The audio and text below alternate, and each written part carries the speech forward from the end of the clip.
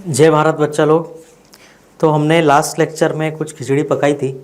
I think वो खिचड़ी तुम लोगों ने खा ली होगी। अब हम क्या करेंगे, उसी कॉन्सेप्ट्स के ऊपर ना एक एक करके और न्यूमेरिकल्स सॉल्व करते जाएंगे। ठीक है, तो डिफरेंट टाइप्स ऑफ न्यूमेरिकल यहाँ पे आएंगे। अब है ना, मतलब हर बार जैसे मैं तुम्हें न्यूटन्स लॉज ऑफ मोशन मैंने पढ़ाया, तो मैंने या जब मैंने तुम्हें फ्रिक्शन पढ़ाया है ना, तो तुमने देखा कि उसमें ना कुछ टाइप ऑफ न्यूमेरिकल्स करके मैंने उस क्वेश्चन को किया था, है ना। कैसे क्या कर था, जैसे फॉर एग्जांपल पहले हमने स्टार्ट किया था कि सिंगल ब्लॉक ऑन ग्राउंड, फिर single block on inclined plane, है ना, फिर दो ब्लॉक ऑन इंक्लाइंड प्लेन जब वो स्ट्रिंग से जुड़े हों, या फिर जब वो एक दूसरे के पीछे रखे हों, है ना। तो ऐसे टाइप ऑफ क्वेश्चन, फिर ब्लॉक ऑन ब्लॉक प्रॉब्लम्स आया, क्लियर। फिर पुली ब्लॉक कंबाइन क्वेश्चन आया फ्रिक्शन में ना, तो बिल्कुल टॉपिक वाइज उसमें क्वेश्चन आ रहे थे। उसी तरीके से ना अब यहाँ पर भी चलेगा सेंटर ऑफ मास के बाकी चैप्टर में, जो तुम्हारा बचा हुआ पार्ट है, क्लियर। तो अभी हम लोग यहाँ पे motion of centre of mass part कर रहे हैं। इसमें कई टाइप के क्वेश्चन आएंगे, है ना, कई टाइप के क्वेश्चन आएंगे मोशन ऑफ सेंटर ऑफ मास में। तो उसमें से आज पहला टाइप के क्वेश्चन हम लोग सॉल्व करने वाले हैं, जिसको हम कहते हैं centre of mass at rest. ये वो क्वेश्चंस हैं जिनमें सेंटर ऑफ मास रेस्ट पे रहेगा। ठीक है, तो अगर सेंटर ऑफ मास रेस्ट पे रहता है तो उस पर्टिकुलर केस में, है ना, तो उस पर्टिकुलर केस में कैसे क्वेश्चंस हम लोग सॉल्व कर सकते हैं, तुम ध्यान से देखो ना। पहले तो मैं तुम्हें कुछ एग्जांपल देता हूँ, है ना, फिर हम फॉर्मूले पे आएंगे कि किन केसेस में सेंटर ऑफ मास रेस्ट पे रह सकता है। ठीक है, सबसे पहला, हमेशा जब भी सेंटर ऑफ मास रेस्ट पे हो ना, कुछ एग्जांपल्स देखो। जैसे मान लो एक चार्ज तुम्हारे पास प्लस क्यू है, मान लो ये क्यू भी तुम्हारा Q1 हो, है ना, और ये दूसरा चार्ज मान लेते हैं तुम्हारे पास नेगेटिव है और इसकी वैल्यू Q2 है। ठीक है, दो चार्ज हैं तुम्हारे पास, है ना, एक पॉजिटिव चार्ज है और दूसरा नेगेटिव चार्ज है, और दोनों की वैल्यू भी अलग अलग है। लेकिन Q2 पे एक फोर्स Q1 लगाएगा जो इस तरफ होगा, और Q1 पे एक फोर्स Q2 लगाएगा जो इस तरफ होगा। ये एक्शन रिएक्शन पेयर्स हैं। एक्शन रिएक्शन पेयर क्या था बताओ, मैंने तुम्हें न्यूटन थर्ड लॉ बताया था, है ना। एक ने जो फोर्स दूसरे पे लगाया वही दूसरे ने पहले पे लगाया, है ना। ऐसे को हम क्या कहते हैं, एक्शन रिएक्शन पेयर्स कहा जाता है इन्हें ना,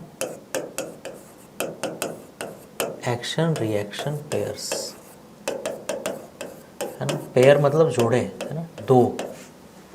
ठीक है, तो Q1 और Q2, है ना, एक साथ है ये। तो ये दोनों ज़रूर इक्वली होंगे और ऑपोजिट भी होंगे। इसका मतलब सिस्टम पे नेट फोर्स क्या है, ज़ीरो। तो सेंटर ऑफ मास रेस्ट होने के लिए ना दो चीज़ें ज़रूरी है। सबसे पहला, सिस्टम पे नेट फोर्स तो ज़ीरो होना ही होना चाहिए, एंड, है ना, एंड दूसरी चीज़ VCM की वैल्यू ज़ीरो होनी चाहिए। अभी तुम बोलोगे सर VCM ज़ीरो होने से ही तो ये बात समझ में आ जा रही है कि सेंटर ऑफ मास रेस्ट पे होगा। लेकिन तुम सोचो कि अगर अभी VCM ज़ीरो है तो सेंटर ऑफ मास रेस्ट पर है, लेकिन अगर F नेट ज़ीरो नहीं हुआ, इसका मतलब कोई एक्सेलरेशन है सेंटर ऑफ मास के पास, तो अभी वो रेस्ट पर है, बट कुछ देर बाद वो मूव करने लगेगा ना, तब तो हम नहीं बोल पाएंगे ना कि सेंटर ऑफ मास रेस्ट पर है। इसीलिए इन दोनों का होना ज़रूरी है। क्लियर सभी को, सिस्टम पे नेट फोर्स भी ज़ीरो होना चाहिए और सिस्टम का वेलोसिटी ऑफ सेंटर ऑफ मास भी ज़ीरो होना चाहिए। समझ आ गई बात सभी को। तो velocity of centre of mass zero होना चाहिए, और वो ताकि हमेशा ज़ीरो ही रहे उसके लिए ये चीज़ ज़रूरी है। क्लियर, इस चीज़ को साइड में नोट करना। जो यहाँ पर है इस पर्टिकुलर केस में, मान लो मैंने तुम्हें क्या बोला कि F नेट तो चलो ज़ीरो हो गया, जो फोर्स Q1 ने Q2 पे लगाया वही Q2 Q1 पे लगा रहा है, और इनिशियली मैंने तुम्हें क्या दे दिया कि दोनों की वेलोसिटी भी लेटस से रेस्ट पर है। दोनों के दोनों कैसे हैं, इनिशियली रेस्ट पे। तो इनिशियली रेस्ट पे होंगे तो उनका VCM ज़ीरो आएगा और सिस्टम पे नेट फोर्स भी ज़ीरो है, इसका मतलब वो हमेशा रेस्ट पे ही रहेंगे ना। क्लियर सभी को, यही चीज़ होता है। अभी तो मैंने एक पॉजिटिव एक नेगेटिव चार्ज दिया तुम्हें, सेम चीज़ होगा ना जब हम ग्रेविटेशन चैप्टर पढ़ लेंगे ना। हमारे पास दो मासेस होंगे, ठीक है, लेट अस से यहाँ पर एक मास M1 है और यहाँ पे एक मास M2 है। क्लियर, तो M1 के ऊपर एक फोर्स लगाएगा M2 जो इस तरफ लगाएगा, और M2 के ऊपर एक फोर्स लगाएगा M1 जो इस तरफ लगेगा ना। ग्रेविटेशनल फोर्स लगता है, ये दो मास एक दूसरे के ऊपर लगाते हैं। ये हमें ग्रेविटेशनल चैप्टर में पढ़ना है। हमेशा जब भी दो मास होंगे उनमें कोई चार्ज नहीं होगा पॉजिटिव नेगेटिव, फिर भी वो एक दूसरे को अट्रैक्ट करते हैं। Gravitational force is always attractive, है ना। Gravitational force is always attractive. और ये भी एक्शन रिएक्शन पेयर्स हैं। क्लियर, ये दोनों भी कैसे एक्शन रिएक्शन। तो सिस्टम पे जो नेट फोर्स हो जाएगा हमारा, ये पूरा जो कंबाइंड सिस्टम होगा ना। क्लियर, यहाँ पर भी जब मैं ऊपर चार्जेस की बात कर रहा हूँ तो मैं दोनों को कंबाइन, एक ही सिस्टम दोनों को मान रहा हूँ, दोनों को मिला के, तभी तो ये दोनों कैंसिल होंगे फोर्स। अगर एक अकेले को देखोगे तो ये एक्सटर्नल फोर्स हो जाएगा, बट अगर दोनों को मिला के देखेंगे तो ये दोनों फोर्स कैंसिल हो जाएंगे, तो सिस्टम पे नेट फोर्स 0 हो जाएगा। क्लियर, तो ग्रेविटेशन फोर्स में भी यही होगा ना। और ये भी मान लेते हैं कि दोनों इनिशियली क्या है, रेस्ट पे। क्लियर सभी को। और एग्जाम्पल देखो, जैसे मान लो तुम्हारे पास है ना, यहाँ नीचे में लेट अस से ग्राउंड है ना, ग्राउंड ड्रॉ कर लेते हैं हम अपना, जस्ट एक स्ट्रेट लाइन। लेट अस से ग्राउंड है जो स्मूथ है, ठीक है। अभी इसके ऊपर तुम्हारे पास एक ऐसा, सॉरी,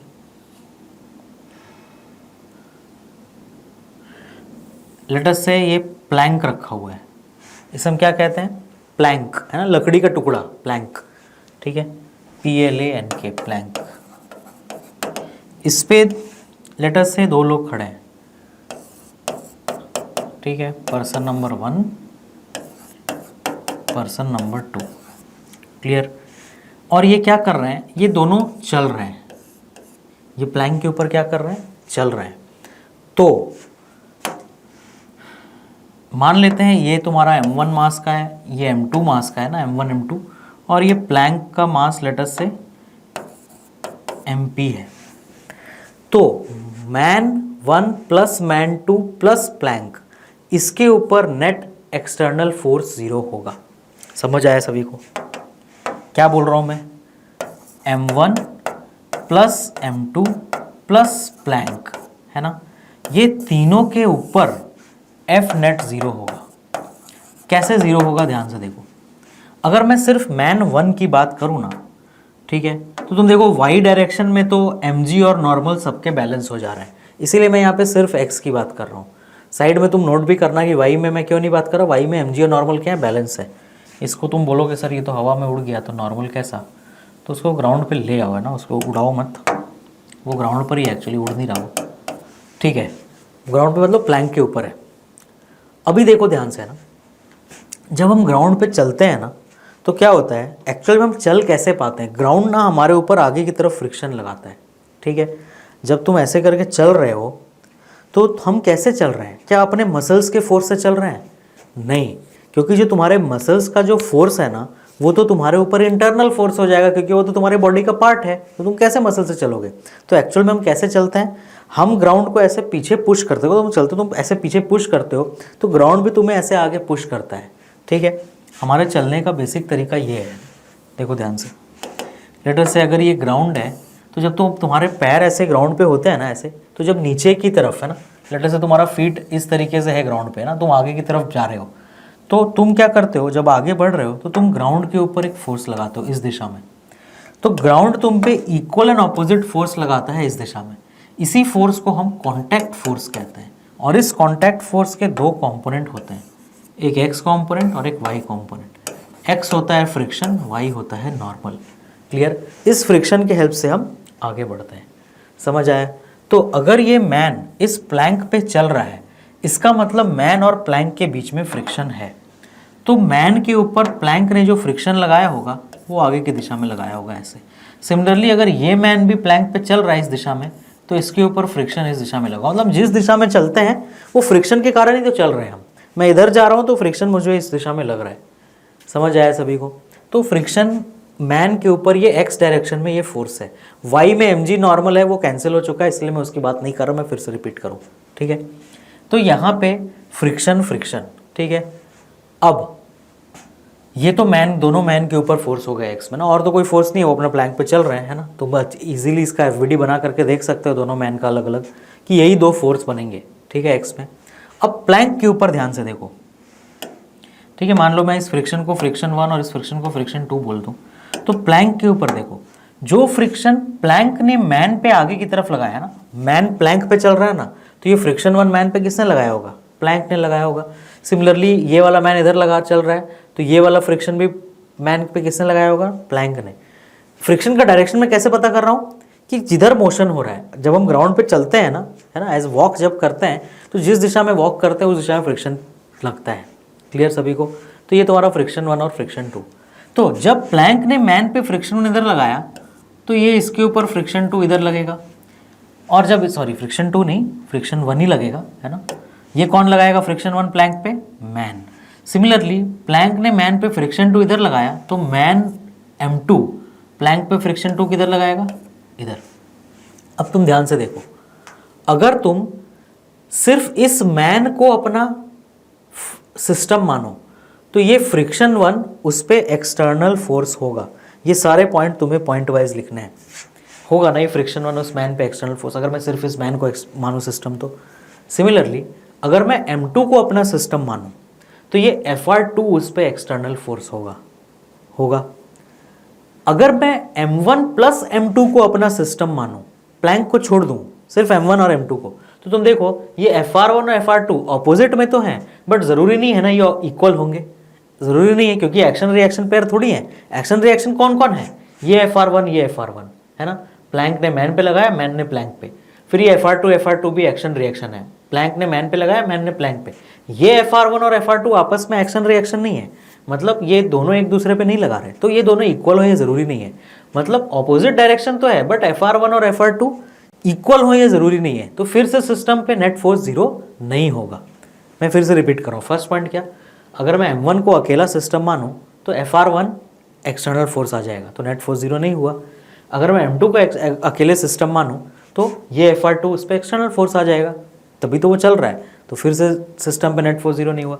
अगर मैं M1 प्लस M2 को सिस्टम मानूं तो FR1 और FR2 इक्वल नहीं है, तो दोनों जरूरी नहीं कि कैंसिल हो जाए, तो भी सिस्टम पे नेट एक्सटर्नल फोर्स आ सकता है। लेकिन अगर मैं M1 plus M2 plus MP तीनों को अपना सिस्टम मानूं तो तुम ध्यान से देखो, इस प्लैंक पे जितने भी एक्स में फोर्स लगने थे मैंने बना दिए, है ना। इसका mg और नॉर्मल बैलेंस हो रहा होगा, और ग्राउंड तो स्मूथ है, that is very important point, है ना, ग्राउंड स्मूथ है। क्लियर, ये चीज़ तुम्हें क्वेश्चन में दी होगी। तो अगर ग्राउंड स्मूथ है तो प्लैंक पे यही दोनों फ्रिक्शन लगेंगे बस। क्लियर, तो तुम ध्यान से देखो, ये फ्रिक्शन इस फ्रिक्शन को कैंसिल कर देगा और ये इसे, अगर तुम तीनों को सिस्टम मान रहे हो तो, है ना। अगर मैं इन तीनों को अपना सिस्टम मान रहा हूँ, है ना, इन तीनों को मैं अपना सिस्टम मान रहा हूँ। क्लियर, तो पूरा सिस्टम पे नेट एक्सटर्नल फोर्स कितना हो जा रहा है, एक्स डायरेक्शन में 0 हो जा रहा है। क्लियर, क्यों, क्योंकि सारे फ्रिक्शन एक दूसरे को क्या कर दे रहे हैं, कैंसिल। इसीलिए तीनों को सिस्टम मानना ज़रूरी है, तभी हम बोलेंगे कि इसका सेंटर ऑफ मास रेस्ट पे है। क्यों, क्योंकि तीनों को सिस्टम मानेंगे तभी एक्सटर्नल फोर्स 0 आएगा। क्लियर, अब y में क्यों 0 है, क्योंकि सबका mg उसके नॉर्मल को कैंसिल कर दे रहा है, तो y में सिस्टम इक्विलिब्रियम में है ना, जो भी होगा ये आगे पीछे ही चलेंगे। समझ आया सभी को। तो ये भी एक एग्जांपल है जिसमें कि सिस्टम क्या होने वाला है, रेस्ट पे रहने वाला है, सेंटर ऑफ मास रेस्ट। हाँ, इनिशियली सबको रेस्ट पे होना है ना।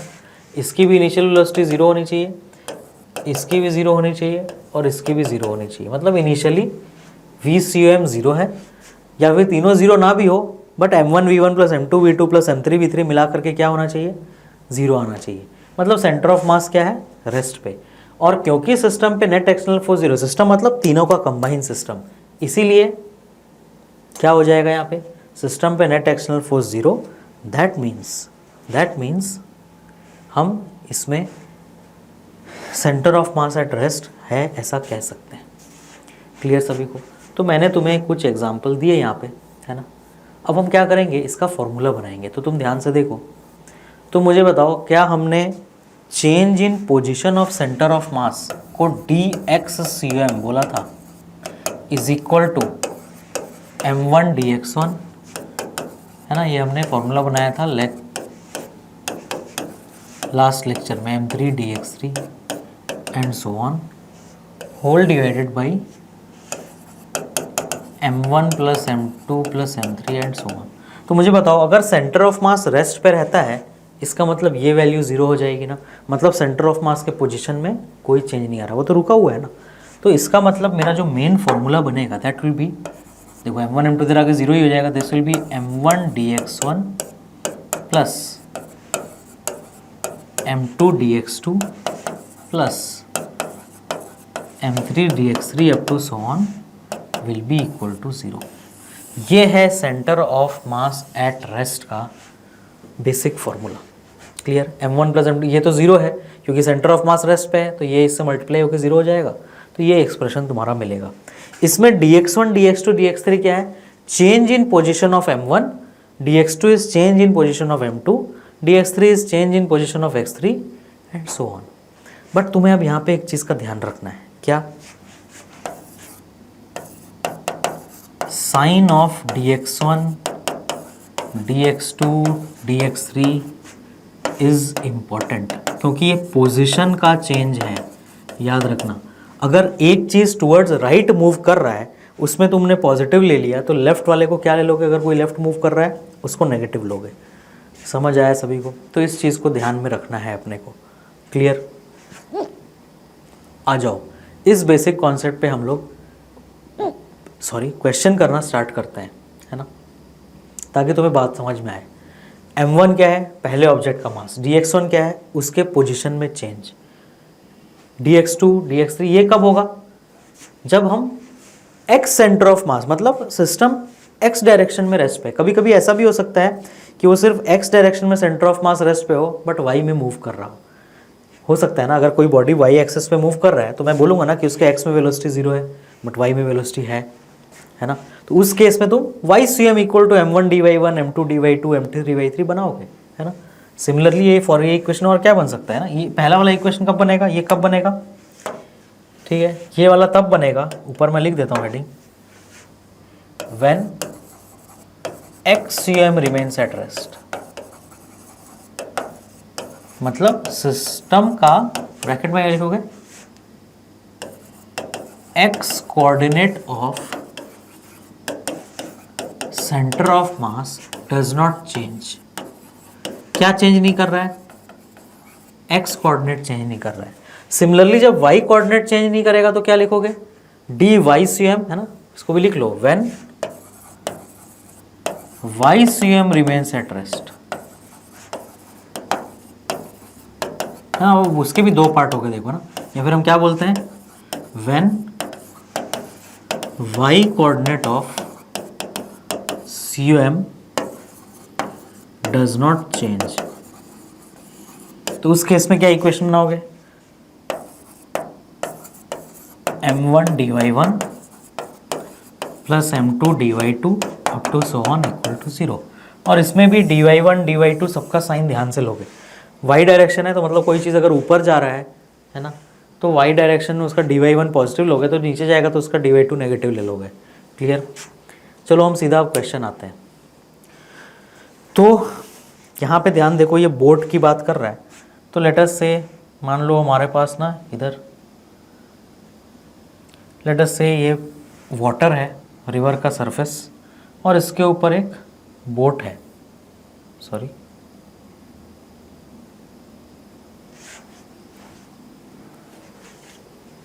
फिर से वाटर बनाना पड़ेगा अपने को। लेट अस से ये हमारे पास एक वाटर का सरफेस है, फ्रिक्शन स्मूथ है ना, ठीक है। क्वेश्चन में ये नहीं भी दिया है, तुम बॉटम वाले सरफेस को स्मूथ मान लो, ठीक है। अभी इसके ऊपर एक बोट है, लेट अस से ऐसा, ठीक है, ऐसा बोट है, और इस बोट के ऊपर इधर सौरभ खड़ा है, ठीक है। और इस बोट का पे दो पॉइंट्स मैं जस्ट ड्रॉ कर रहा हूँ। This is left point, point A है, और ये राइट वाला पॉइंट, पॉइंट बी है। अब ये क्या कह रहा है कि सौरभ जब पहुँच के बी पे जाएगा तो उतनी देर में बोट का कितना डिस्प्लेसमेंट होगा। बोट भी चलेगा, कैसे? देखो, ध्यान से देखो, है ना।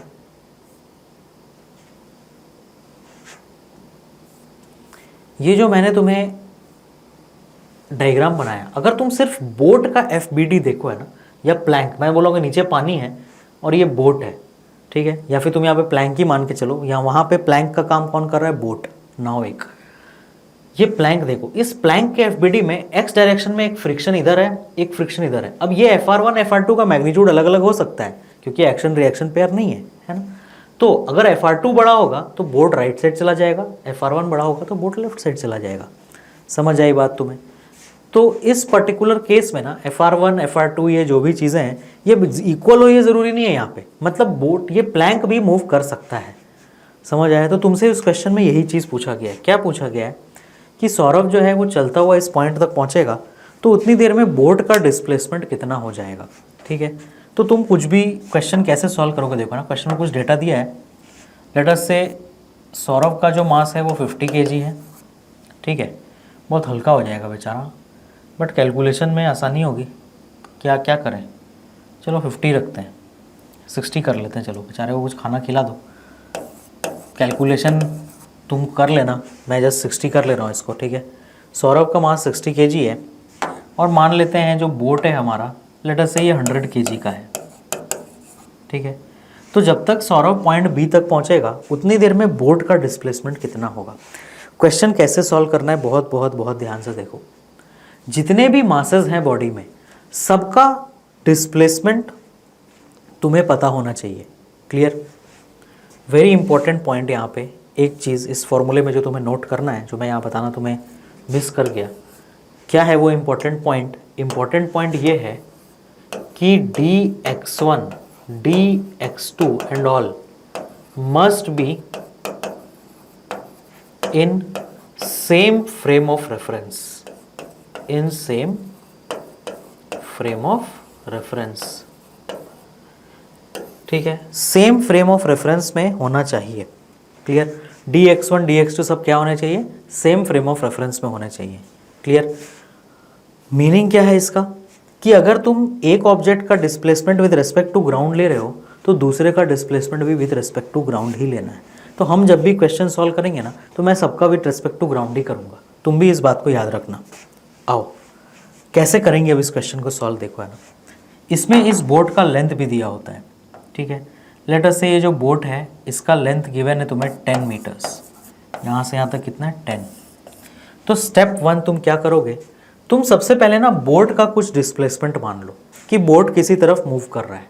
क्लियर? मुझे नहीं पता बोट किधर मूव करेगा, मैं अपने मन से इसको किधर भी मान लेता हूँ। ठीक है, लेट अस से मैं ये बोलता हूँ कि सौरभ जब ए से बी पे जाएगा, है ना, जब सौरभ ए से बी पे जाएगा तो मैं ये अज्यूम कर रहा हूँ कि बोट जो है वो टुवर्ड्स राइट मूव कर जाएगा लेट अस से, और मैं ये कह रहा हूँ कि बोट टुवर्ड्स राइट मूव करेगा x1 से। क्लियर? जब तक सौरभ पॉइंट बी पे पहुंचा है तब तक बोट कितने से मूव किया है? x1 से। अब ये x1 क्या है? वो इसी फॉर्मूले में आने वाला dx1 dx2 में से एक चीज़ है। dx2 क्या होता है? चेंज इन पोजीशन, मतलब कोई चीज़ अपनी जगह से कितना चला, उसी को हम dx1 dx2 कहते हैं ना। तो उसी में से एक वैल्यू को मैं ऐसा x1 मान रहा हूँ। क्या मान रहा हूँ कि बोट कितना चला? x1। x1 ना लेकर के मैं उसे सिर्फ x ले लेता हूँ। चलो, बोट कितना चला? x। अब मुझे बताओ बोट का डिस्प्लेसमेंट किसके फ्रेम में हुआ है? बोट का डिस्प्लेसमेंट हुआ है ग्राउंड फ्रेम में, तो मुझे सौरभ का डिस्प्लेसमेंट भी ग्राउंड फ्रेम में ही लेना पड़ेगा। तो मुझे बताओ कि जो बोट है, मैं अगर उसे स्मॉल b से डिनोट कर रहा हूँ, तो उसका जो dx अगर x है तो सौरभ का जो dx होगा वो 10 + x होगा। ये तुम समझ पा रहे हो? क्योंकि तुम्हें विथ रिस्पेक्ट टू ग्राउंड लेना है। कैसे आया ये चीज़, इसका कैलकुलेशन दिखाता हूँ मैं तुम्हें ना। तुम ये चीज़ तुम्हारे लिए अब ओरल होनी चाहिए, बट फिर भी मैं तुम्हें उसका बेसिक कॉन्सेप्ट बता रहा हूँ। क्या? बट अभी जो मैं तुम्हें बताऊंगा वैसे तुम्हें करने की जरूरत नहीं पड़नी चाहिए, तुम्हें यहाँ से देख के समझ आना चाहिए। कैसे समझोगे तुम? देखो यहाँ से देख के सिंपली, फिर मैं तुम्हें कैलकुलेशन दिखाऊंगा। अगर बोट नहीं चला होता तो सौरभ 10 मीटर जाता ना टुवर्ड्स राइट। अगर मान लो बोट नहीं चल रहा होता तो सौरभ 10 मीटर ही जाता टुवर्ड्स राइट, इस पॉइंट से इस पॉइंट। लेकिन बोट भी x मीटर आगे बढ़ गया, इसका मतलब सौरभ अपने पॉइंट से एक्चुअल में कितना आगे गया होगा? 10 मीटर तो वो चला ही, साथ साथ बोट और x मीटर आगे गया। तो सौरभ का total change in position 10 + x हुआ होगा ना। वही चीज़ मैं तुम्हें बता रहा हूँ। अब मैं तुम्हें वो चीज़ इक्वेशन से दिखाऊंगा। कैसे? डिस्टेंस ट्रैवल्ड बाई, है ना, dx of Saurabh with respect to ground क्या होगा? dx of Saurabh with respect to boat plus dx of boat with respect to ground होगा ना। ये तो हमें रिलेटिव वेलोसिटी से आता है। अब Saurabh with respect to boat कितना है? जितना सौरभ बोट के ऊपर चल रहा है, तो मान लो मैंने राइट डायरेक्शन को पॉजिटिव मान लिया, तो मैं यहाँ पे इसको +10 लिखूंगा ऑब्वियसली, और boat with respect to ground भी मैंने आगे ही माना है x, तो और +x, तो ये 10 + x आ जाएगा ना, वही चीज़ मैंने ऊपर लिखी। अगर ये बोट पीछे आ रहा होता तो boat with respect to ground -x होता और सौरव का नेट डिस्प्लेसमेंट 10 - x हो जाता। वो भी तुम लॉजिकली बोल सकते थे कैसे, कि सौरव अगर बोट नहीं चल रहा होता तो सौरव 10 मीटर आगे जाता, बट क्योंकि बोट x से पीछे आ गया तो टोटल सौरव कितना आगे जा पाया, 10 - x। ऐसे लॉजिकली सोच सकते हो ना, उतना वो इक्वेशन लिखने की जरूरत नहीं, बट रूल यही है ना, इसी रूल से वो 10 + x 10 - x आना है। अभी भी मुझे भी नहीं पता ये बोट आगे जाना पीछे, मैंने तो अपने मन से माना है आगे जा रहा है, बट इक्वेशन उस जो तुमने माना उसके हिसाब से लिखना है। ये दोनों टर्म समझना बहुत जरूरी है। बोट का dx कितना हुआ, x, तो सौरभ का dx कितना होगा जब तक वो पॉइंट बी पे पहुंचेगा, 10 + x। अब इक्वेशन में वैल्यू डाल दो, बस क्या करोगे, इक्वेशन है, दो ही ऑब्जेक्ट है यहाँ, तो मैं लिखूंगा m1 dx1 + m2 dx2 = 0। m1 मान लो मैं सौरभ को ले रहा हूँ तो 60, बोलो सौरभ का डिस्प्लेसमेंट कितना, 10 + x। वेरी इंपॉर्टेंट साइन, तो देखो मैंने राइट साइड पॉजिटिव लिया तो सौरभ राइट ही साइड 10 + x किया है और बोर्ड भी राइट साइड x किया है, इसलिए दोनों के सामने प्लस साइन आएगा। dx1 के सामने भी प्लस साइन, m2 की वैल्यू 100 और dx2 के सामने भी प्लस साइन, x = 0। तो अब देखो ये आंसर कितना आ गया, ये आ गया तुम्हारा, अच्छा आंसर छोड़ो, मुझे बताओ इस इक्वेशन में कितने अननोन है, एक ही, तो आंसर आ जाएगा कि बोर्ड का डिस्प्लेसमेंट कितना हुआ होगा, वही तो पूछा गया था। हो गया ख़त्म क्वेश्चन, ठीक है। तो 600 + 60x + 100x = 0, तो तुम्हारा हो गया 160x = -600, मतलब x की वैल्यू क्या आएगी, -600 या -60/16 या फिर -30/8 या फिर -15/4 मीटर्स।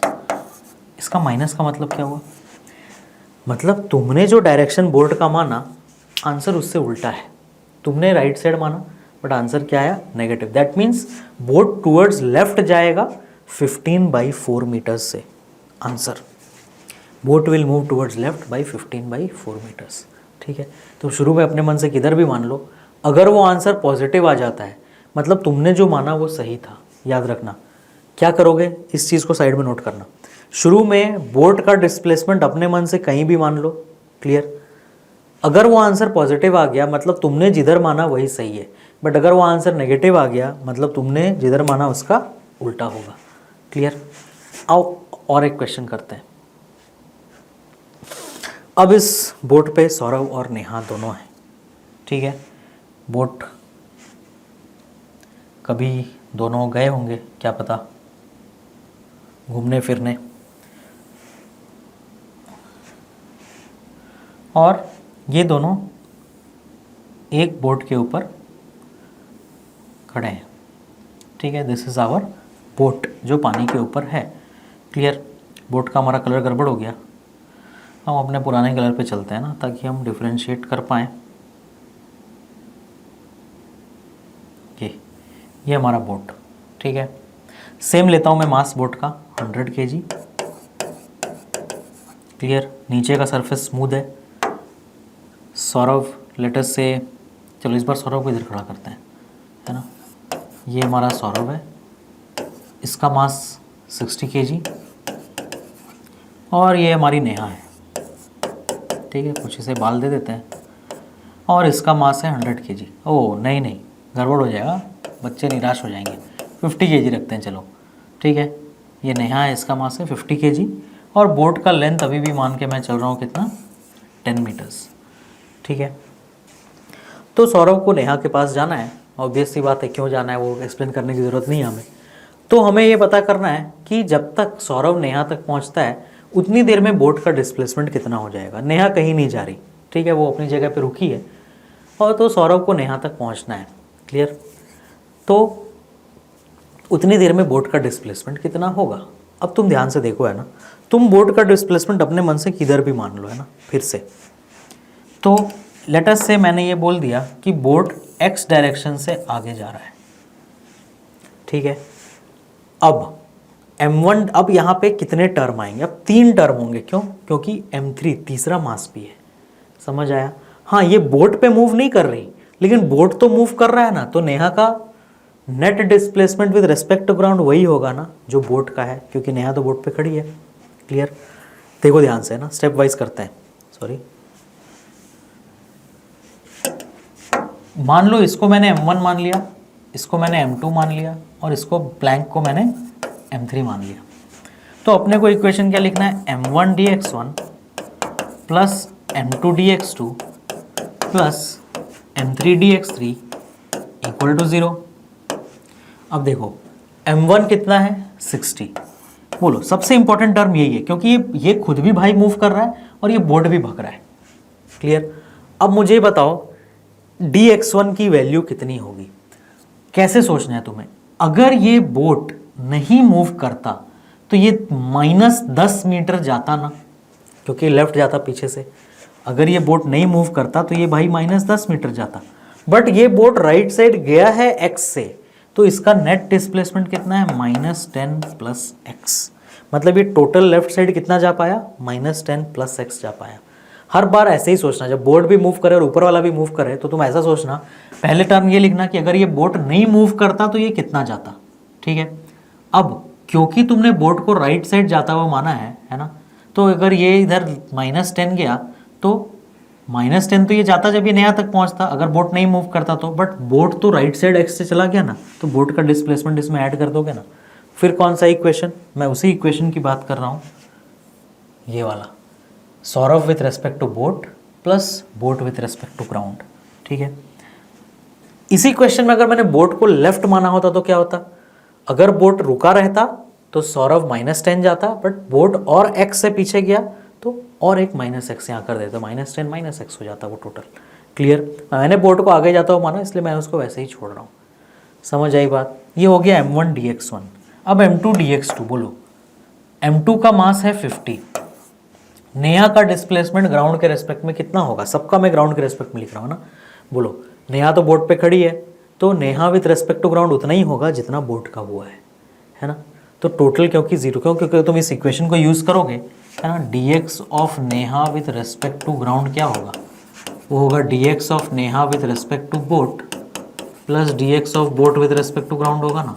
और ये चीज़ तो 0 है ना, Neha with respect to boat, क्योंकि वो बोट के ऊपर खड़ी है, वो मूव नहीं कर रही, वो तो सौरभ मूव कर रहा है। क्लियर? हाँ, आगे जाके चीज़ें सुधरेंगी तो क्या पता नेहा भी मूव करे, बट अभी तो है वही मूव कर रहा है सौरभ। तो मुझे बताओ, Neha with respect to ground उतना ही होगा ना जितना boat with respect to ground है, तो this will be plus X. Very important, plus is very important year, है ना, बहुत ज़रूरी है ये कि ये +x है। क्यों? क्योंकि मैंने राइट साइड को पॉजिटिव माना है इसीलिए। ठीक है? अब m3 dx3 बोलो, m3 का मास कितना है? 100, और वो ग्राउंड के रेस्पेक्ट में कितना मूव कर रहा है? राइट साइड कर रहा है x, इसीलिए +x, है ना। ये तुम अगर याद रखने के लिए करना चाहते हो तो यहाँ ब्रैकेट में +x लिख भी सकते हो, ताकि तुम्हें बाद में याद रहे हमने ये +x क्यों लिखा है। बस कितने अननोन है इस इक्वेशन में? एक ही है, निकाल लो, आंसर आ गया। ठीक है? तो क्या हो जाएगा? -600 plus 60x plus 50x plus 100x is equal to 0, है ना। तो 60, 110, 210x, तो 210x is equal to +600। x की वैल्यू क्या हो गई? 60/21, मतलब 20/7 मीटर्स। प्लस इसका मतलब मैंने जो माना था कि बोट किस दिशा में जा रहा है वो मैंने सही माना था, बोट राइट साइड ही जाएगा 20/7 से। ये हमारा आंसर आ गया। क्लियर सभी को?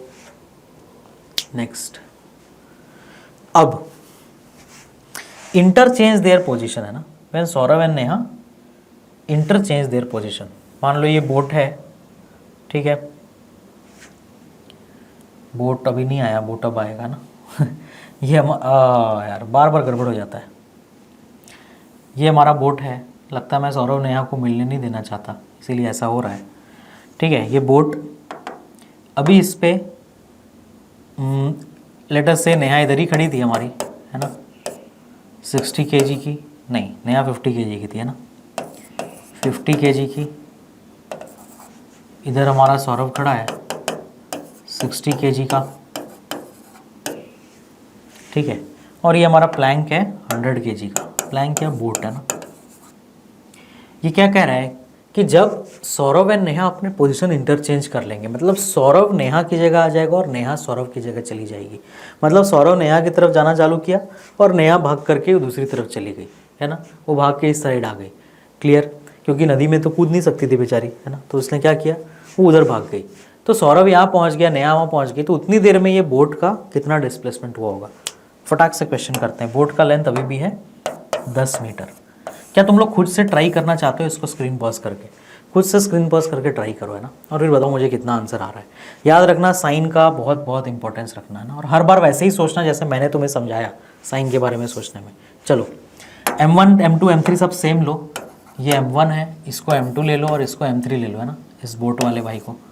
ठीक है, बोट वाला कितना है, M3, बोट जो है वो M3 है। चलो M1 dx1, M1 dx1 बोलो, M1 है 60 dx1।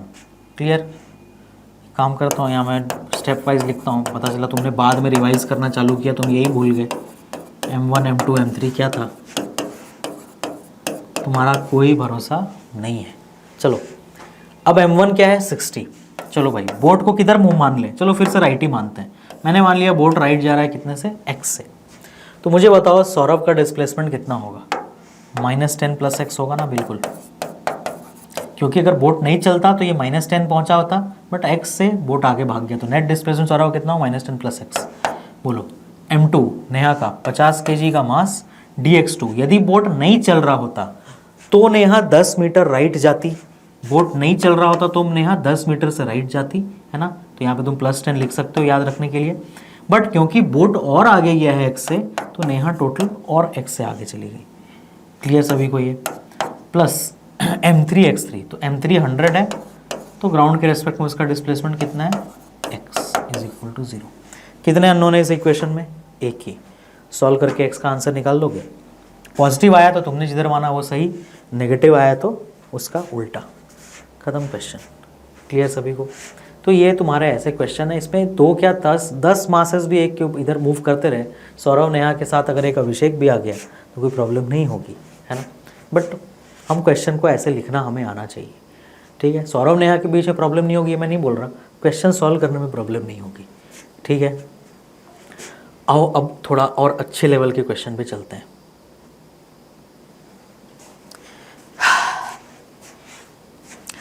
लेट अस से हमारे पास एक इंक्लाइन प्लेन है, ऐसा है ना, ठीक है, दिस इज इंक्लाइन प्लेन या वेज ऑब्वियसली, और ये रखा हुआ है ग्राउंड पे, ठीक, कहाँ रखा है ये, ग्राउंड पे, एंड ग्राउंड इज स्मूथ, ठीक। अब इसके ऊपर तुमने रखा है एक मास, ठीक है, एक मास रखा हुआ है इसके ऊपर,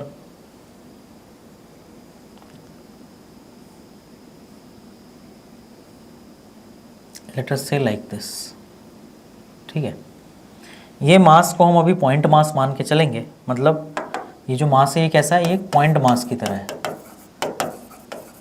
ना, मतलब पूरा का पूरा यहाँ पे कहीं ऊपर ही है, मतलब ऐसा नहीं कि इसके लेंथ को तुम्हें इंपॉर्टेंस देना है, दैट इज़ नॉट देयर, ठीक है। क्वेश्चन में क्या दिया है कि मान लो ये एंगल 37 डिग्री है और ये स्मूथ है और ये वेज फिक्स नहीं है, वेज भी मूव कर सकता है। क्वेश्चन में तुम्हें दोनों का मास दे दिया, उसने क्या बोला, ये 2 kg का है, और उसने बोला कि लेट अस से ये जो है नीचे वाला भाई ये 10 kg का है। तो जब तक में ये इंक्लाइन फिसल के है ना नीचे की तरफ आएगा, उतने देर में ये ब्लॉक कितना पीछे चला जाएगा ये तुम्हें बताना है। ये बात अब हमें NLM से पता है कि ये ब्लॉक पीछे ही जाएगा ना, तुम अपने मन से आगे भी मान लो, आंसर अपने आप नेगेटिव आ जाएगा। क्लियर? इस डेटा में इम्पॉर्टेंट टर्म क्या दिया है, इसका जो हाइट है लेट अस से वो 37 डिग्री एंगल तो दे ही दिया इसने, तो हम एक काम करते हैं, एंगल की तो वैसे ज़रूरत नहीं पड़ेगी अपने को, बट हम उसके हिसाब से ले लेते हैं ना। लेट अस से मैं इसको बोल देता हूँ कि ये 3 है, 3 मीटर्स है, या फिर इसको मैं 6 मीटर्स ले लेता हूँ ऐसा, तो ये वाला कितना होगा, 8 मीटर्स होगा, है ना। 6/8 3/4 आ जाएगा ना, tan 37, तो उसके हिसाब से मैंने ले लिया, ये 90 डिग्री है। तुम्हें बताना है जब तक मैं ये फिसलता हुआ नीचे पहुँचेगा, reaches bottom of the ways है ना, उतनी देर में ये वेज का कितना डिस्प्लेसमेंट हो जाएगा। क्लियर सभी को। अब तुम ध्यान से देखो इस क्वेश्चन को, है ना। इस पर्टिकुलर क्वेश्चन में ये जो 2 kg ब्लॉक है ना, मुझे बताओ यहाँ पे क्या नेहा का वाई में कोई डिस्प्लेसमेंट हो रहा है? नहीं। क्या सौरभ का वाई में कोई डिस्प्लेसमेंट, वाई डायरेक्शन की बात कर रहा हूँ मैं, नहीं। क्या प्लैंक का वाई में कोई डिस्प्लेसमेंट है? नहीं। तो हमने देखो यहाँ पे सिर्फ m1 x1 m1 x2 ऐसे बात की, है ना। मतलब सिर्फ x में ही डिस्प्लेसमेंट है, y में सब कुछ इक्विलिब्रियम में है। तो इसका जो YCM है वो कोई मूव ही नहीं किया, तो इसका मतलब सेंटर ऑफ मास यहाँ रेस्ट पे था ही था। क्लियर। लेकिन इस केस में क्या हो रहा है, तुम ध्यान से देखो, ये जो ब्लॉक है ना ये सिर्फ x में मूव करेगा, जबकि ये जो ब्लॉक नहीं, ये वेज, ये जो वेज है ये सिर्फ आगे पीछे ही कर सकता है ना, ये ऊपर नीचे तो नहीं भागेगा। लेकिन ये जो ब्लॉक है तुम देखो, ये जब यहाँ से यहाँ आएगा तो इसका x में भी मोशन होगा और इसका y में भी मोशन होगा। ठीक है। Wedge only moves in x, block moves in x and y both। क्यों? क्योंकि नीचे भी आ रहा है और आगे भी जा रहा है। इसका मतलब क्या है कि अगर मैं सिस्टम का सेंटर ऑफ मास का बात करूँ, है ना, सिस्टम के सेंटर ऑफ मास का, तो उसका जो y कोऑर्डिनेट है ना वो यहाँ पे चेंज कर गया होगा। इस क्वेश्चन में सिस्टम का सेंटर ऑफ मास का y कोऑर्डिनेट चेंज किया होगा। कैसे? क्योंकि अगर तुम फर्स्ट पहले जब ब्लॉक ऊपर था और वेज यहाँ है तब एक बार YCM निकालोगे तो कुछ वैल्यू आएगी। बाद में जब ब्लॉक नीचे आ जाएगा तब जब तुम YCM निकालोगे ना तो वैल्यू कुछ और आएगी। क्यों? क्योंकि इसका तो y कोऑर्डिनेट चेंज नहीं कर रहा, बट इसका कर गया ना। तो दो चीज़ों के y कोऑर्डिनेट पे सेंटर ऑफ मास डिपेंड कर रहा है। मैं y कोऑर्डिनेट की बात कर रहा हूँ ना, YCM। ठीक है, तो ध्यान से देखो, YCM का क्या फॉर्मूला बनेगा?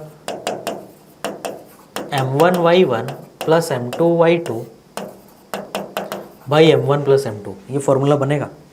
तो मैं ये कह रहा हूँ कि अगर तुम इसको m1 मान रहे हो, इस मास को, और इसको m2, तो मैं ये कह रहा हूँ कि जो y2 है ये नहीं बदल रहा, इसका y कोऑर्डिनेट नहीं बदल रहा। क्यों? क्योंकि ये तो सिर्फ x पे मूव करेगा ना, जबकि इसका y कोऑर्डिनेट बदल रहा है। तो अगर y2 चेंज नहीं किया और y1 चेंज कर गया तो दोनों में से कोई एक ही चीज़ चेंज किया, तो YCM तो चेंज करना ही करना है ना।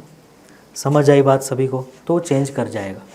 दूसरा तुम क्या सोच सकते हो यहाँ पे कि ये जो ब्लॉक है इसका y में, वेज है ना, वेज वो इक्विलिब्रियम में है इन y। क्यों? mg और नॉर्मल बैलेंस हो जा रहा है। लेकिन जो ब्लॉक है तुम्हारा वो नॉट इन इक्विलिब्रियम है y में। क्यों? क्योंकि उसका जो ये g साइन थीटा आएगा ना इस तरफ एक्सेलरेशन, उसको बैलेंस करने वाला कोई नहीं है। तो g साइन थीटा का कुछ ना कुछ y कंपोनेंट होगा ना। क्लियर सभी को? ये तो ये y में इक्विलिब्रियम में नहीं है, इसीलिए सिस्टम पे नेट फोर्स y में 0 नहीं है। क्लियर? अच्छा, अब तुम बोलोगे सर x में भी तो कंपोनेंट होगा। हाँ, लेकिन इसका जो x में कंपोनेंट आएगा उसका उल्टा कंपोनेंट इसके पास आ जाएगा, तो ये दोनों मिल करके कैंसिल हो जाएंगे। समझ आया? मतलब अगर देखो ये x में आगे बढ़ेगा ना तो ये x में पीछे चला जाएगा, तो दोनों मिल करके कैंसिल हो जाएंगे। मतलब m1 x1 plus m2 x2, मतलब m1 dx1 plus m2 dx2 अभी भी 0 होगा, but m1 dy1 plus m2 dy2 यहाँ पे 0 नहीं होगा। जबकि इसके पहले वाले एग्जाम्पल्स में ना इवन तो हमने सॉल्व सिर्फ dx1 लेके किया, लेकिन यहाँ पे xCM और yCM बोथ एट रेस्ट है। ठीक है, ये दोनों ही रेस्ट पे है। जबकि इस क्वेश्चन में ओनली xCM रेस्ट पे रहेगा, yCM रेस्ट पे नहीं रहेगा।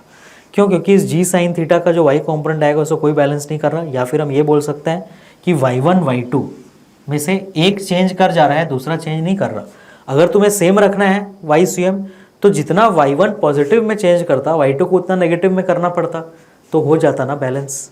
ठीक है, जैसे तुम देखो यहाँ पे अगर दो ही मास हैं, जैसे इस सिंपल एग्जांपल में देखो, ये जो मैंने पहले वाला लिया था, तुम देखो अगर सौरभ राइट मूव किया है तो ये वेज लेफ्ट ही मूव किया है ना, आंसर आया था ना नेगेटिव। तो ये ऑब्वियस है, xCM अगर तुम्हें चेंज नहीं करना है तो अगर एक चीज़ राइट मूव करेगा तो दूसरा लेफ्ट मूव करेगा। ठीक है, तो यहाँ पर भी देखो हमारे पास दो ऑब्जेक्ट हैं इस पर्टिकुलर क्वेश्चन में, तो अगर ये राइट साइड आगे आ रहा है तो ये लेफ्ट ही जाएगा और वो बैलेंस हो जाएगा। बट y में वो चीज़ नहीं हो पा रहा है यहाँ पे, क्योंकि ये नीचे आ रहा है बट जो mg इस g साइन थीटा का कंपोनेंट आने वाला है वो बैलेंस नहीं हो पा रहा। इसलिए इस सिस्टम का सिर्फ x में ही कोऑर्डिनेट बैलेंस है और इसीलिए ये क्वेश्चन भी इसी इक्वेशन से सॉल्व होगा। क्वेश्चन तो हम सॉल्व कर लेंगे बट इस पर्टिकुलर क्वेश्चन में सिर्फ x COM remains at rest है, y COM is not at rest. इस बात को लिखना है ना, और क्यों वो मैंने तुम्हें समझाया। x COM remains at rest but y COM does not remain at rest. ये बात हमें नहीं भी पता होती तो हम क्वेश्चन सॉल्व कर लेते, बट किस इक्वेशन से कर लेते, इससे m1 dx1 plus m2 dx2 equal to 0। चलो मैं मान तो लेता हूँ, चलो ये भाई आगे जा रहा है, चलो मान लेते हैं x आगे गया। तो बोलो जब तक मैं ये यहाँ से यहाँ आया है ना, m1 इसको माना मैंने, m2 इसको माना, तो m1 की वैल्यू लिख लेते हैं 2। ये कितना x में आगे बढ़ा, 8 मीटर बढ़ा ना, जब तक ये यहाँ से यहाँ आया तो 8 बढ़ा। बट ये 8 बढ़ता अगर ये इंक्लाइन नहीं होता तो, है ना, सिर्फ x में लिखो है ना, मैं dx1 लिख रहा हूँ याद रखना, तो सिर्फ x लिखना है मुझे, x कोऑर्डिनेट का चेंज लिखना है इसका, वो तो इतना ही है ना 8। तुम्हें पूरा यहाँ से यहाँ का लेंथ नहीं लेना है, तुम्हें सिर्फ x कोऑर्डिनेट का चेंज लिखना है। Clear, very important point. तो ये +8, लेकिन साथ साथ में वेज भी तो x से आगे चला गया, तो जो टोटल डिस्प्लेसमेंट हुआ उसका x में वो कितना हुआ, 8 + x।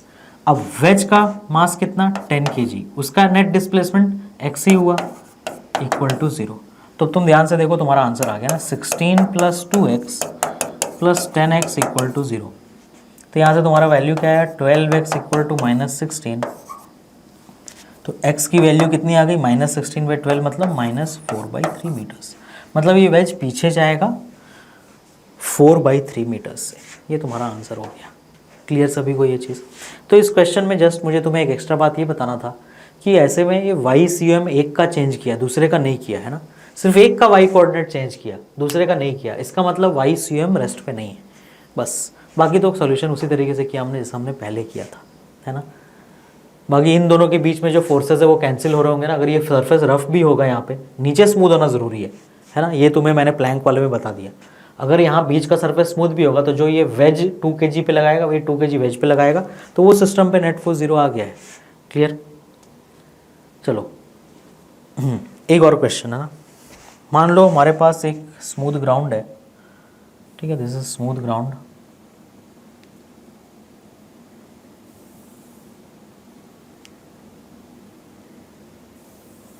ठीक है, दिस इज स्मूथ ग्राउंड, और इस पे मेरे पास एक बॉल है, लेट अस से इतना बड़ा, ठीक है। इस बॉल का सेंटर कहीं यहाँ पर है, इसके अंदर मैंने एक दूसरा छोटा बॉल रखा है,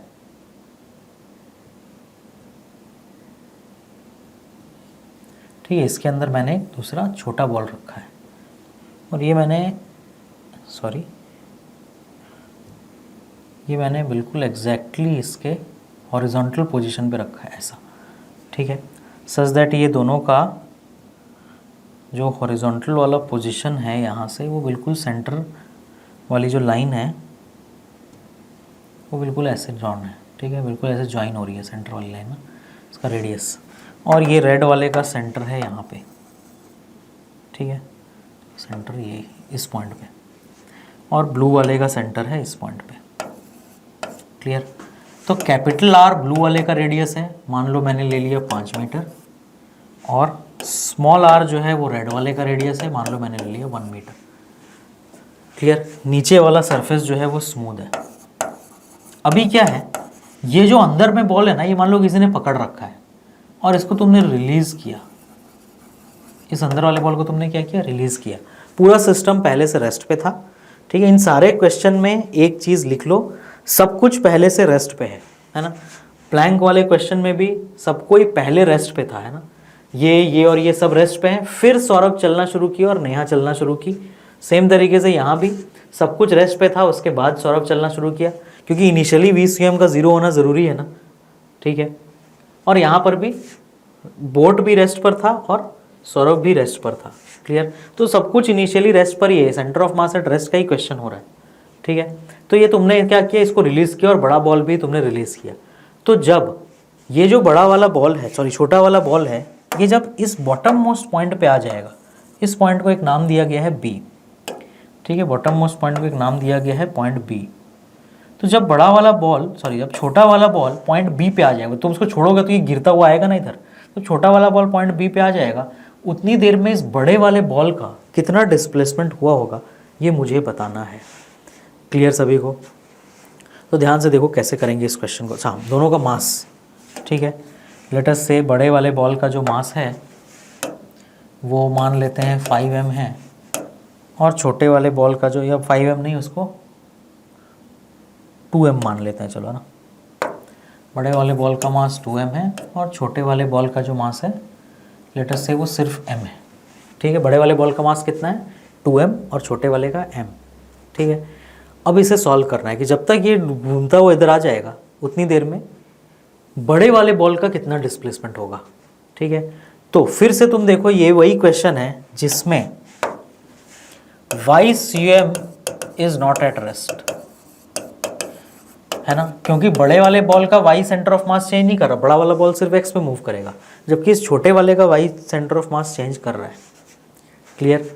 तो छोटे वाले का Y कोऑर्डिनेट चेंज कर रहा है, तो ऑब्वियस सी बात है बड़े का नहीं कर रहा, तो कैंसिल नहीं हो पाएगा। और दूसरा बात क्या है, तुम यहाँ पे ये भी देख सकते हो कि इसका जो mg है y डायरेक्शन में, वो सिस्टम पे नेट एक्सटर्नल फोर्स हो गया mg, है ना, क्योंकि उसको कोई पूरी तरीके से बैलेंस नहीं कर पा रहा। यहाँ पर भी एग्जैक्टली वही चीज़ हो रही थी, जो mg साइन थीटा फोर्स आएगा ना, इसका mg साइन थीटा, है ना, इस दिशा में फोर्स mg साइन थीटा आएगा ना, इसको बैलेंस करने वाला कोई नहीं है। तो जब तुम, गुड कैच, जब तुम इन दोनों का कंबाइन एफपीडी बनाओगे तो ये mg साइन थीटा किसी से कैंसिल नहीं हो पाएगा। समझ आया सभी को? तो इसीलिए सिस्टम पे नेट एक्सटर्नल फोर्स हो गया, उसी कारण ये y में हम इसको इक्वेशन नहीं बैलेंस कर पाए, जबकि x में हम कर लिया हमने। सिमिलरली यहाँ पे क्या होगा, जो mg होगा उसको कोई बैलेंस नहीं कर रहा है इसके mg को, जबकि इसका mg बैलेंस हो रहा है।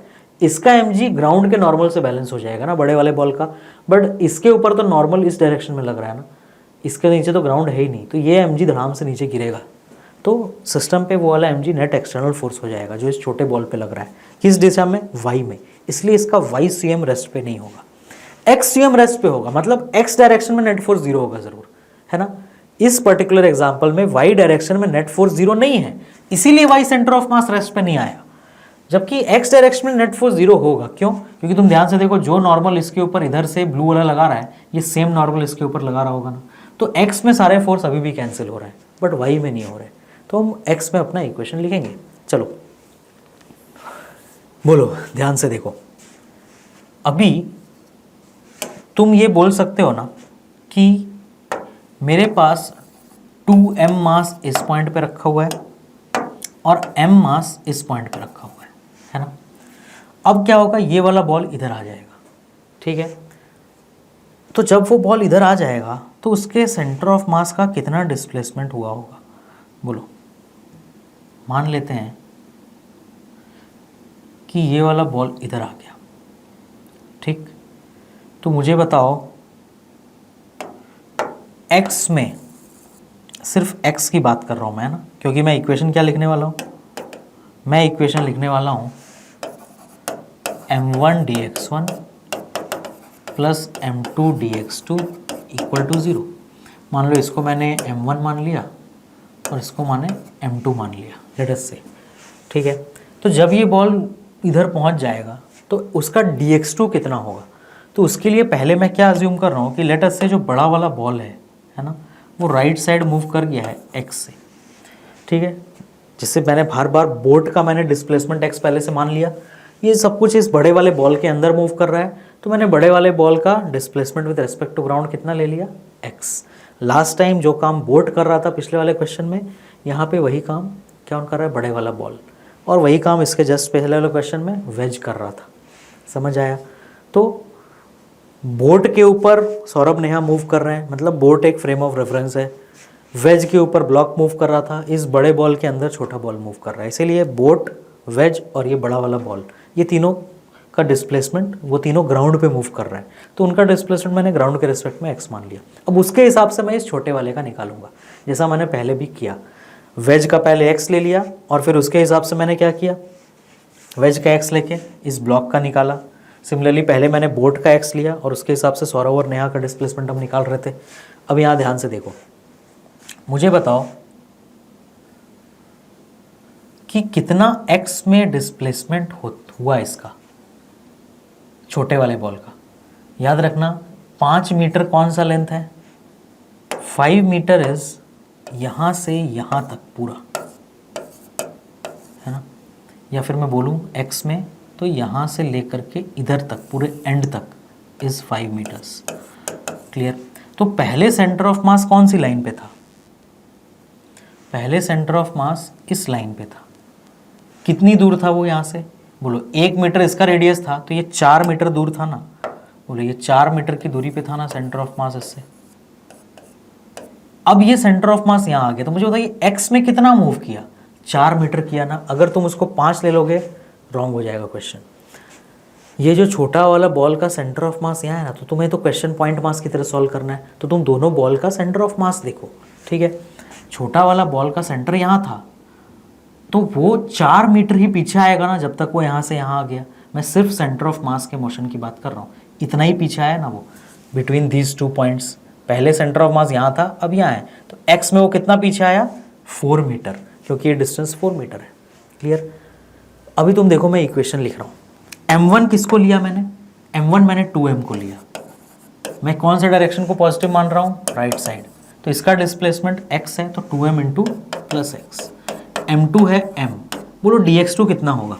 अगर ये बड़ा बॉल मूव नहीं करता तो ये 4 मीटर से पीछे आता तो मैं -4 लिखूंगा, है ना, इसका सेंटर ऑफ मास 4 मीटर से पीछे आता। लेकिन क्योंकि बड़ा बॉल x से आगे मूव कर गया है तो ये -4 प्लस एक्स हो जाएगा। बस इसमें सॉल्व कर लो, x की वैल्यू मिल जाएगी तुम्हें। समझ आया सभी को ये चीज़, तुम्हारा आंसर आ जाएगा। कितना हो जाएगा ये 2mx, है ना, -4m plus mx is equal to 0। तो क्वेश्चन क्या होगी तुम्हारा, 3mx is equal to 4m, m और m कैंसिल हो गए तो x की वैल्यू कितनी आई, +4/3 मीटर्स।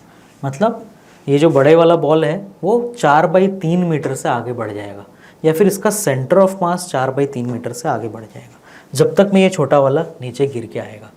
क्लियर। दो important, only important point actual में इस क्वेश्चन में क्या था, इट वाज दिस कि -4 होगा, है ना। समझ आया सभी को ये चीज़, गुड क्वेश्चन। नेक्स्ट, ये एक और क्वेश्चन जिसमें सिर्फ x centre of mass rest पे रहेगा। देखो, है ना, मैं एक क्वेश्चन ड्रॉ करता हूँ।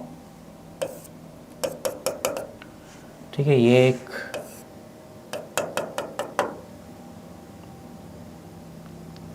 लेट्स जस्ट रहने दो। ठीक है, ये तुम्हारे 2 वॉल्स हैं ना, ये एक वॉल है और ये एक दूसरा वॉल है। ठीक है, इन दोनों वॉल्स के बीच में तुमने क्या कर रखा है ना, तुमने एक रॉड लगा रखा है ऐसा, ये एक रॉड है। क्लियर। 2 वॉल्स के बीच में क्या है, एक रॉड है। अब इस रॉड में तुमने क्या किया है ना, तुमने एक रिंग फंसा रखा है इस तरीके से, रिंग। अब ये रिंग से तुमने एक स्ट्रिंग अटैच किया है यहाँ नीचे ऐसा। ठीक है, रिंग से मैंने क्या अटैच किया, स्ट्रिंग, और इस स्ट्रिंग के एंड पे मैंने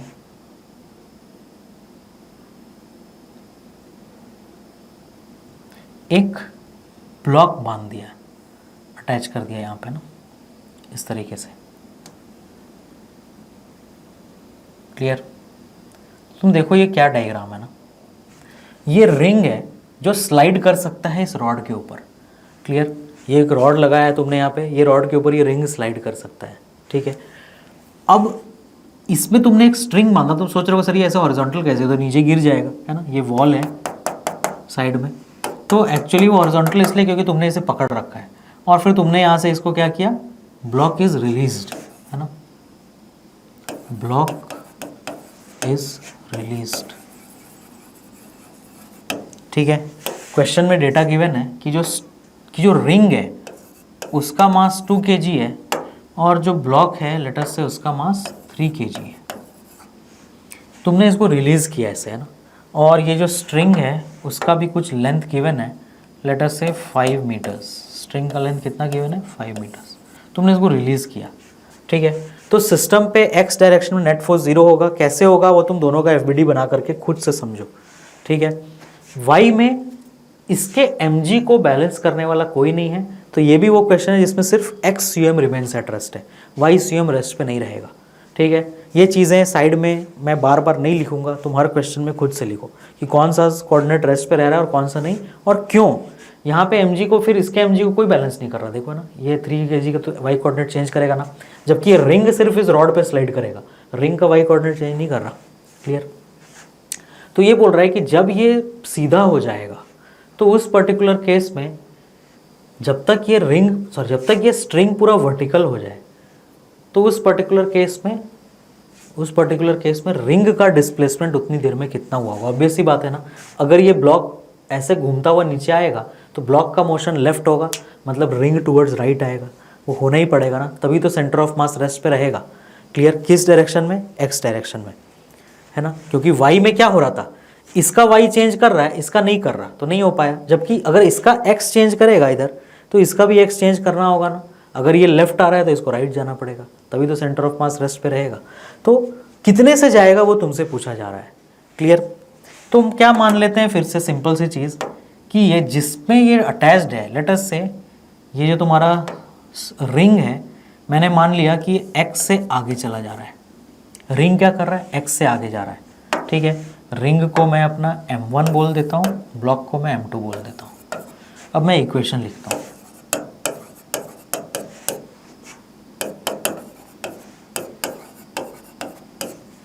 इक्वल टू 0।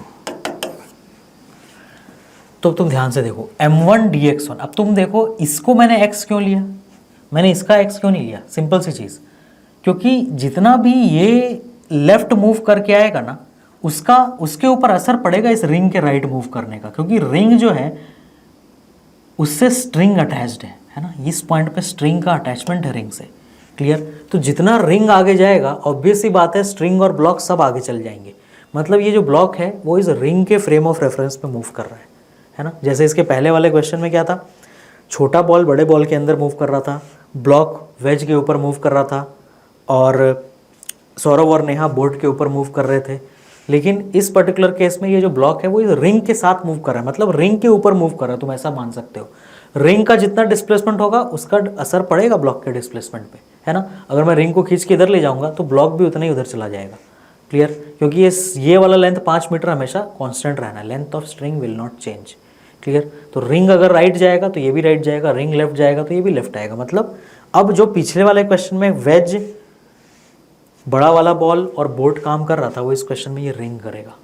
ठीक है, तो m1 dx1, तो रिंग का डिस्प्लेसमेंट x डायरेक्शन में with respect to ground x है, तो 2 इंटू प्लस एक्स, क्यों? क्योंकि मैंने राइट डायरेक्शन पॉजिटिव ले लिया। ठीक है, प्लस m2 इज 3। अब dx2 ध्यान से देखो, अब ये मान लो अगर ये रिंग रेस्ट पे होता तो ये घूमता हुआ इधर आता ब्लॉक और इधर पहुंच जाता 3 kg का। तो तुम मुझे बताओ इसका x में कितना डिस्प्लेसमेंट होता? -5 होता ना, अगर रिंग रेस्ट पे होता तो ये -5 होता। बट क्योंकि रिंग x से आगे गया है तो ये पूरा सेटअप x से आगे चला गया होगा ना, तो तुम्हें यहाँ पे बस एक प्लस x लिख देना है, इक्वल टू 0। खत्म क्वेश्चन, x की वैल्यू निकाल लो, है ना। 2x plus 3x is equal to 15, तो 2x plus 3x equal to 15 आ जाएगा। 5x equal to 15, x equal to 3 metres, ये आंसर है। मतलब ये जितनी देर में ये वर्टिकल होगा उतनी देर में ये आगे बढ़ा। मतलब फाइनल डायग्राम कैसा होगा तुम वो भी ड्रॉ कर सकते हो। फाइनल डायग्राम में ये रिंग तुम्हारा 3 मीटर से आगे आ गया होगा और ये स्ट्रिंग पूरा का पूरा वर्टिकल हो गया होगा और ये ब्लॉक कहीं यहाँ पर होगा। एग्जैक्टली होता ये यहाँ पे, है ना। होना उसे कहाँ चाहिए था, उस ब्लॉक को, उस ब्लॉक को होना यहाँ चाहिए था, बट क्योंकि रिंग 3 मीटर से आगे गया है तो ब्लॉक भी पूरा 3 मीटर से आगे चला गया होगा ना। ये पूरा जो डिस्प्लेसमेंट है ये 3 मीटर का हुआ रिंग का। ये होगा तुम्हारा फाइनल डायग्राम ऐसा, जब ये वर्टिकल हो जाएगा। तो समझ आया? तो this is your final answer. Final diagram कैसा होगा वो इंपॉर्टेंट नहीं है, जस्ट मैंने तुम्हें समझाने के लिए किया। तुम्हें ये इक्वेशन लिखना आना चाहिए। और इसका एक केस और तुम खुद से ट्राई करो। डायग्राम सेम है, ठीक है, सिर्फ मैं तुम्हें थोड़ा सा क्वेश्चन अच्छा करके दे रहा हूँ। ठीक है, ये दो तुम्हारे दीवार हैं दोनों साइड, इनके बीच में तुमने एक रॉड लगा रखा है। ठीक, इस रॉड पे तुमने क्या किया है, तुमने एक रिंग लगा रखा है ना। और इस रिंग से तुमने फिर एक स्ट्रिंग भी हॉरिजॉन्टली ले गए हो तुम, और इस हॉरिजॉन्टल वाले स्ट्रिंग को के एंड पे तुमने एक मास लगा रखा है, ठीक। सेम ले लेते हैं मास की वैल्यू 3 kg, और ये जो रिंग है तुम्हारा ये 2 kg का है। अब वो तुमसे क्या कह रहा है, तुमने इसको रिलीज़ किया, लेंथ हमने लास्ट टाइम कितना लिया था 5 मीटर्स है ना, तो स्ट्रिंग का लेंथ हम अभी भी 5 मीटर ले रहे हैं। हाँ, ये जो स्ट्रिंग का लेंथ है यहाँ से यहाँ ये 5 मीटर है। तुमने जब इसको रिलीज़ किया, वो ये कह रहा है फाइंड डिस्प्लेसमेंट ऑफ रिंग जब स्ट्रिंग 37 डिग्री एंगल बना लेगा हॉरिजॉन्टल से। इसका मतलब तुम्हारा ये वाला जो एंगल है ये कितना हो जाएगा जब 37 डिग्रीज। क्लियर। लेट अस से ये एंगल जब कितना हो जाएगा 37 डिग्रीज, तो उस टाइम पे